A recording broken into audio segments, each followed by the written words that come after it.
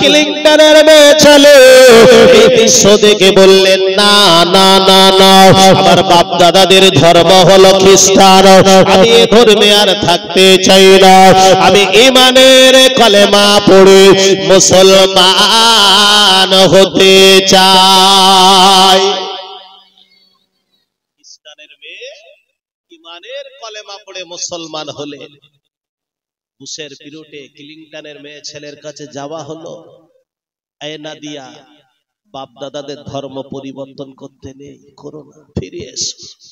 উনি বলছে যে আজকে আমি গীতা, মহাভারত, বাইবেল সব পড়েছি, কোরআন শরীফটাও পড়া শিখেছি, কিন্তু কোরআন পড়ে আমার মাথা ঘুরে গেছে। আমি আমি স্বইচ্ছায় আমি ইসলাম কবুল করে নিলাম।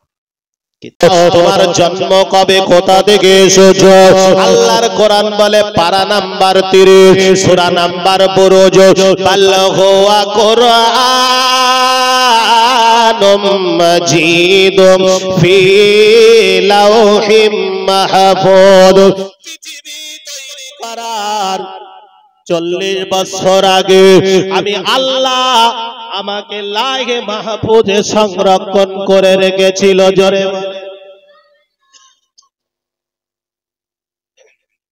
কোরআন পৃথিবী তৈরি করার 40 বছর আগে লাহে মাহফুজে মহান আল্লাহ সংরক্ষণ করে রেখেছে। ক্লিংটনের মেয়ে ছেলে বলে, ওগো কোরআন, তুমি কোন সময় এসেছিলে? বৈশাখ মাসে না জ্যৈষ্ঠ মাসে, আষাঢ় মাসে না শ্রাবণ মাসে? আল্লাহর কোরআন জবাবে বলে, আমি কোরআন এসেছিলাম জানুয়ারি, ফেব্রুয়ারি মাস, এপ্রিল, মে, জুন, জুলাই নয়, আমি কোরআন এসেছিলাম পবিত্র রমজান মাসে। কোরআন ওরকম ভাবে বললে হবে না। ওগো কোরআন, তুমি বলে দাও তাড়াতাড়ি করে তোমার ভিতরে কি আছে? কোরআন বলে পারা নাম্বার 2, সূরা নাম্বার 2, ডান সাইডের পৃষ্ঠার আগলা করলে পাওয়া যাবে, শাহরু রমাদানাল্লাযী উনজিলা ফীহিল কোরআন। আমি কোরআন এসেছিলাম পবিত্র রমজান মাসে। জোরে বলা যাবে।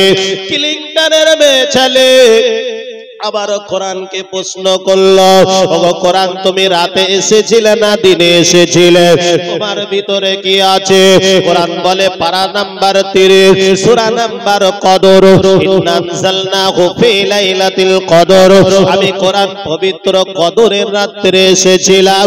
ক্লিংটনের মেয়ে ছেলে এই দৃশ্য দেখে বললেন, না না না না, আমার বাপ দাদাদের ধর্ম হলো খ্রিস্টান, আমি এ ধর্মে আর থাকতে চাই না, আমি ঈমানের কলেমা পড়ে মুসলমান হতে চাই।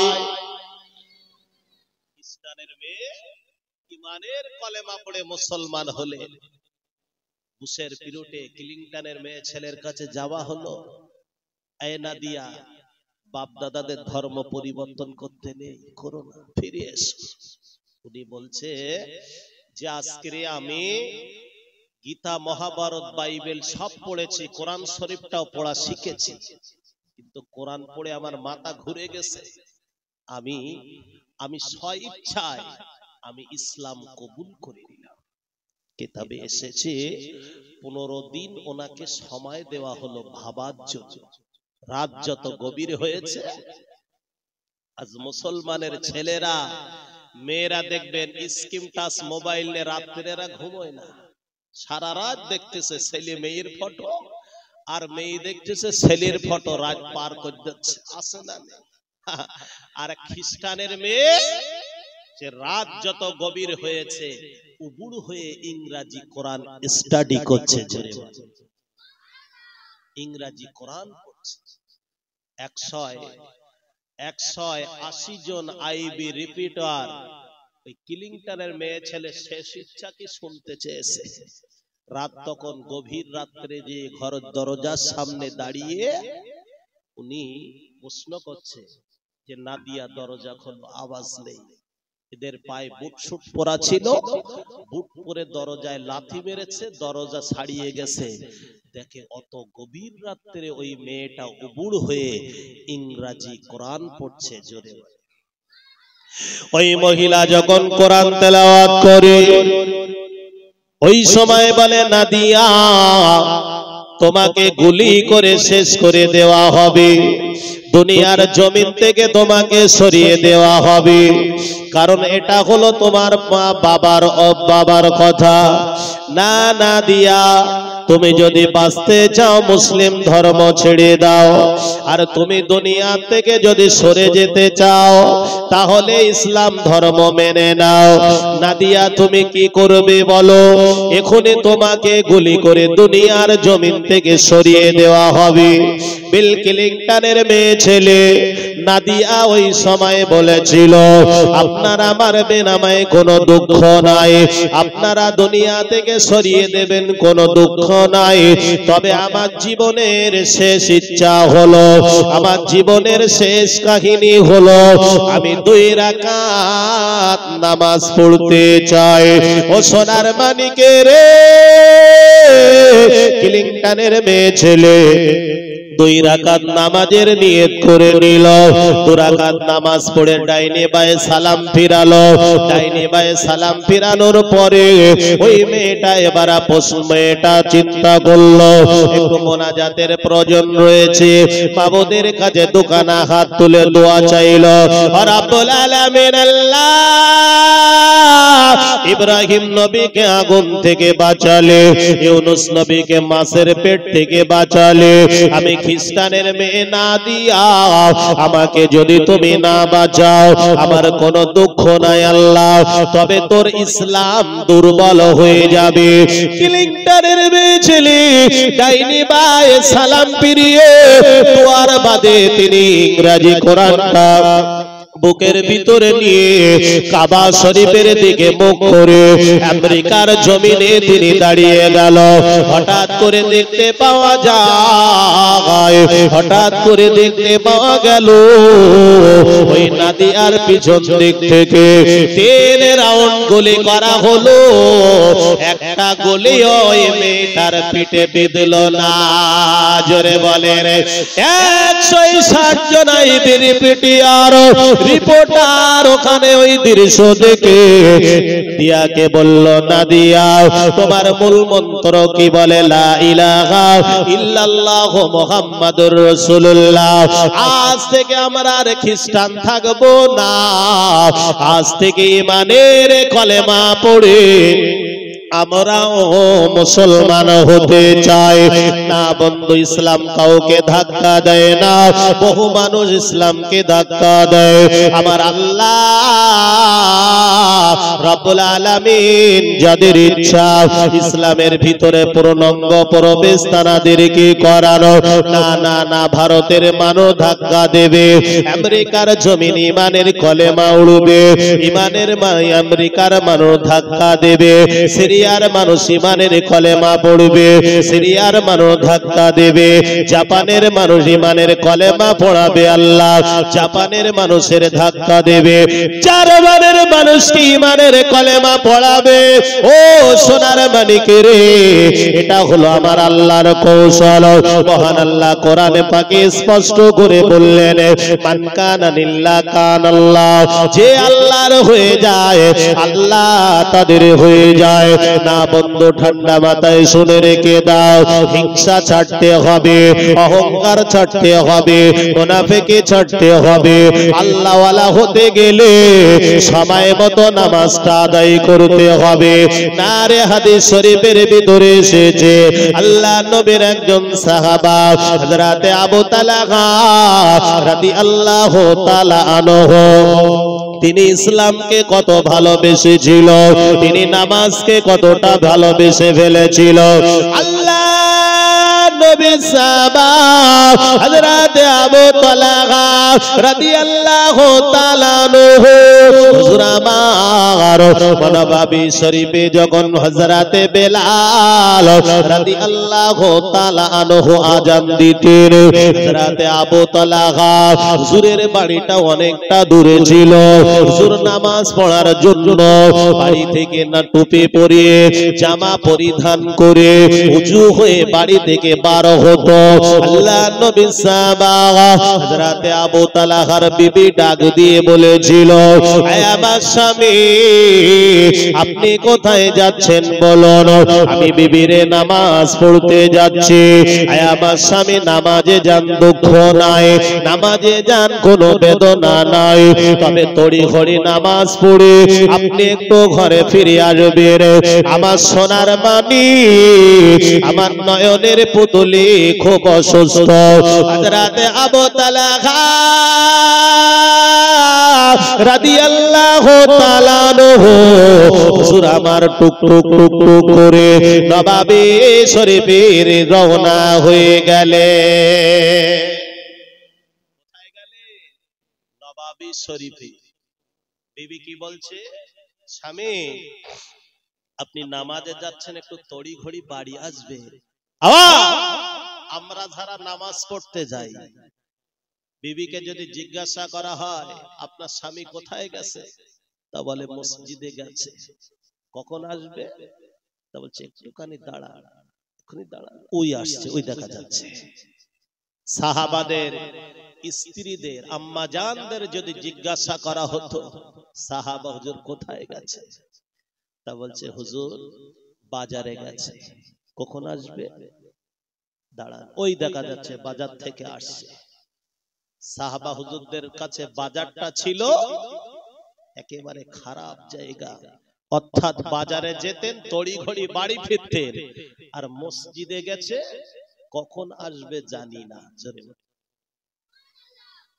কোথায় গেছে মসজিদে কখন আসবে জানি না আমাদের বিবিদের যদি জিজ্ঞাসা করা হয় আপনার স্বামী কোথায় গেছে তাহলে বাজারে গেছে বলে কখন আসবে বলে আজ দুপুরে রান্না হবে কিনা ঠিক চারটে সিটির যদি একটা সিট পেয়ে যায় বুঝেন চারটে সিটির একটা সিট যদি পেয়ে যায় অমনি মোনাজাতে বসে যাবে কখন আসবে জানি না ও সোনার মানিকেরা আল্লাহর নবী সাহাবা হযরত আবু তালহা রাদিয়াল্লাহু তাআলা আনহু মসজিদে চলে গেল বিবি বলেছিল স্বামী তড়িঘড়ি বাড়ি আসবেন তড়িঘড়ি বাড়ি আসার কথা ভুলে গেলেন কারণ মসজিদে গিয়ে আল্লাহর নামাজে দাঁড়িয়ে গেলেন যে মসজিদের ইমাম হলেন আমার নবী যে মসজিদের মুক্তাদি হলো আবু তালহা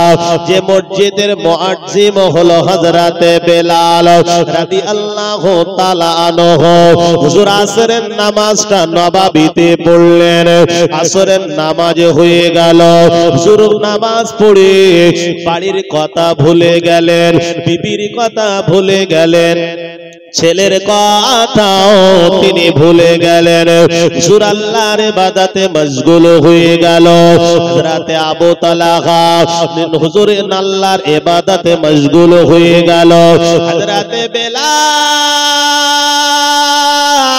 রাদিয়াল্লাহু তাআলা আনহু তিনি মাগরিবের আযান দিয়েছে মাগরিবের নামাজটা নববী শরীফে হুজুরের পেছনে আদায় করে হযরত আবু তালহা রাদিয়াল্লাহু তাআলা আনহু হুজুর আমার মাগরিবের নামাজের পরে আবাবিলের নামাজটা আদায় করলো আবাবিলের নামাজটা পড়ে বিবির কথা ভুলে গেলেন ছেলের কথা ভুলে গেলেন সংসারের কথা ভুলে গেলেন শুধু আল্লাহর ইবাদতে মশগুল হয়ে গেল হযরত আবু তালহা মাগরিবের নামাজ আদায় হয়ে যাবার বেশ কিছু পরে সারা আযান হযরত বেলাল রাদিয়াল্লাহু তাআলা আনহু যে ঈশা আযান হেঁকেছে হযরত আবু তালহা ঈশার নামাজের জন্য তৈরি হয়ে গেল ও সোনার মানিকের রে আল্লাহ আল্লাহ নবী সাহাবা হযরত আবু তালহা মাগরিবে আসর পড়লো, মাগরিব পড়লো, ঈশা নামাজ আদায় হয়ে গেল, প্রিয় নবীর কাছে চলে গেল। ইয়া রাসূলুল্লাহ, আপনার চাঁদ মুখ দেখলে আমার কলিজাটা ঠান্ডা হয়ে যায়। হুজুর বাড়ির কথা মনে থাকে না, বিবির কথা মনে থাকে না। হুজুর আমার বাড়িটা হলো অনেকটা দূর, নবাবী শরীফে আসতে গেলে আমার সময় লাগে। আল্লাহর নবী বলেছিল, ও বাদশা আবু তালহা শুনে রেখে দাও, যারা দূর থেকে মসজিদে নামাজ পড়তে আসে ওই ব্যক্তি যদি ওযু করে জামাটা পরিধান করে আল্লাহর ঘর মসজিদে চলে যায়, সে যেন ইহরাম পরে আল্লাহর কাবায় নামাজ পড়তে গেল। জোরে বলে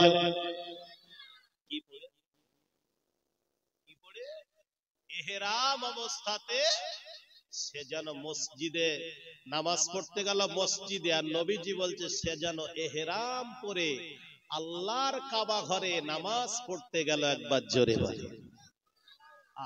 আর আমরা দেখবে যত উযু করার দরকার সব কোথায়? মসজিদের মধ্যে। যত উযু হবে, নামাজের ক মিনিট বাকি, তা বলছে 15 মিনিট বাকি। কটায় নামাজ? তাহলে 7:15। জামাত কটায়? 7:30টায়। তাহলে 15 মিনিট সময় আছে। তাহলে হ্যাঁ, একটা ধরা না, কি ধরাচ্ছে? একটা বিড়ি ধরিয়ে টান মারতে মারতে মসজিদের আপনার ওই কি আর বলি ধাপের কাছে চলে গেছে। যে বলছে তাই তো, আর 5 মিনিট বাকি, যে মাঠ টান, এক টানে সুতোর গোড়ায় পৌঁছে দেছে। দে উযু করতে গেছে, ইমাম সাহেব নামাজে দাঁড়িয়ে গেছে তাহারিমা বেঁধে। এ তখন চিন্তা করতেছে যে হাত ধুই না পা ধুই, বক বক করে খানিকটা গালের মধ্যে দে, একটু গড়গড় করে কুলিটুলি করে উযুর ফরজ কটা, উযুর সুন্নত কটা, উযু ভঙ্গ হয় কিভাবে, কিছুই তো জানে না। নাকে মুখে পানি দে, পিছনে দাঁড়িয়েছে দু কাতার পিছনে, ও দুই কাতারের পিছনে তাড়াতাড়ি গিয়ে বলছে পাশে যারা ছিল বলছে, আল্লাহ যদি এত বিয়ের গন্ধ বক বক করে বেরোচ্ছে, নামাজে দাঁড়ানি মুশকিল, নামাজে যদি কথা বলা জায়েজ থাকতো তো ইমামকে বলতাম হুজুর অন্তত শুরু একটু ছোট করে, এরা দাঁড়ানি যাচ্ছে। আল্লাহর ফেরেশতা ডেকে বলছে, আল্লাহ মালের মুখ দিয়ে যা বার হচ্ছে, এর নামাজ লেবো কেমন? আছে না? আল্লাহ নবী সাহাবা হযরত আবু তালহা রাদিয়াল্লাহু তাআলা আনহু বাড়ি চলে গেল, বিবির সামনে চলে গেল, দরজার সামনে দাঁড়িয়ে সালাম জানালেন, আসসালামু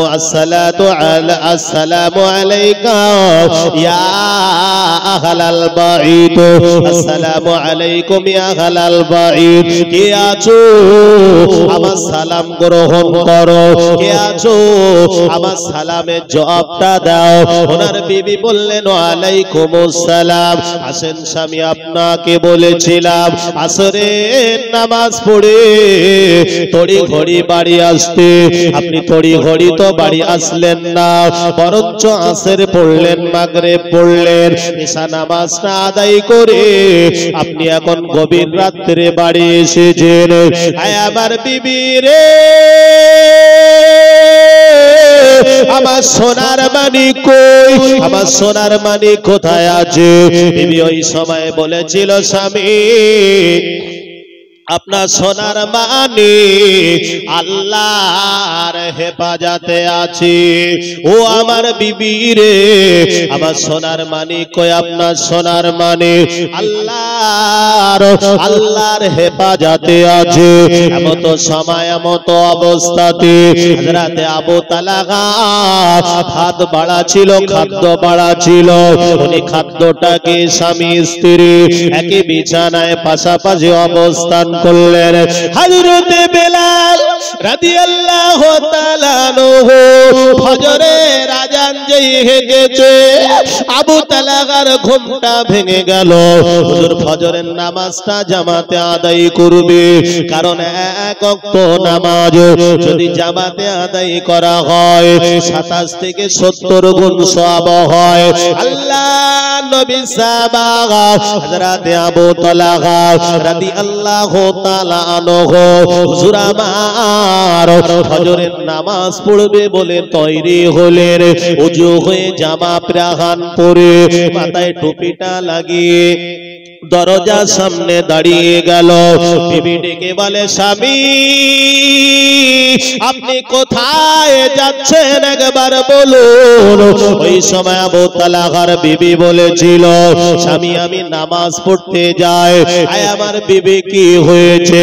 প্রাণের স্বামী কিছু মনে নেবে না, গতকাল আসরের সময় আমার সোনার বালি, আমার নয়নের পুতুলি, আমার কলিজার সন্তান ইন্তেকাল করেছিল। পাশের ঘরে শোবিয়ে বলেছিলাম আল্লাহর হেফাজতে আছে। আয় আমার স্বামী ফজরের নামাজ আদায় করবে, আমার নবীকে ডেকে নিয়ে আসবে, জানাজার নামাজ আমার নবী পড়াবে। আবু তালহা যত কাঁদে ওনার বিবি তত কাঁদে। আবু তালহা যত কাঁদে হুজুরের আহলিয়া তত কাঁদে। আয় আমার বিবি রে, তুমি কেন রাতের বেলা বললে সন্তান আল্লাহর হেফাজতে আছে? না না না না না না, আন্নাউকুল মাউত, মরণটা ঘুমটা হলো ছোট আর মরণটা হলো বড়।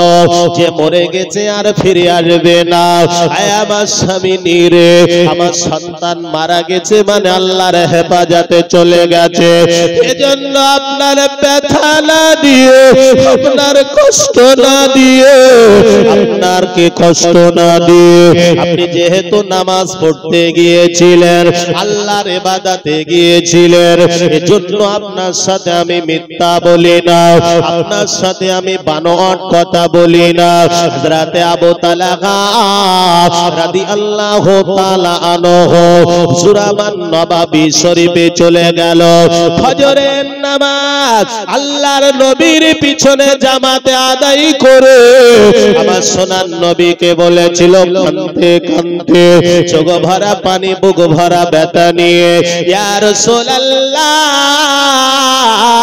ইয়া হাবিবাল্লাহ, বাবা আবু তালহা তোমার চোখে কেন পানি? তোমার চোখ দুটো কেন লাল হয়ে গেছে? তোমার চোখের পানিতে কেন দাড়ি মোবারক ভিজে যায়? ইয়া রাসূলুল্লাহ আমার একটা মাত্র সন্তান, হুজুর আমার একটা মাত্র ছেলে আজ দুনিয়ার জমিন থেকে বিদায় নিয়েছে। হুজুর আমার ছেলেটা ইন্তেকাল করলেন। আল্লাহর নবী বললেন, ইন্না লিল্লাহি ওয়া ইন্না ইলাইহি রাজিউন। দরুদ আল্লাহুম্মা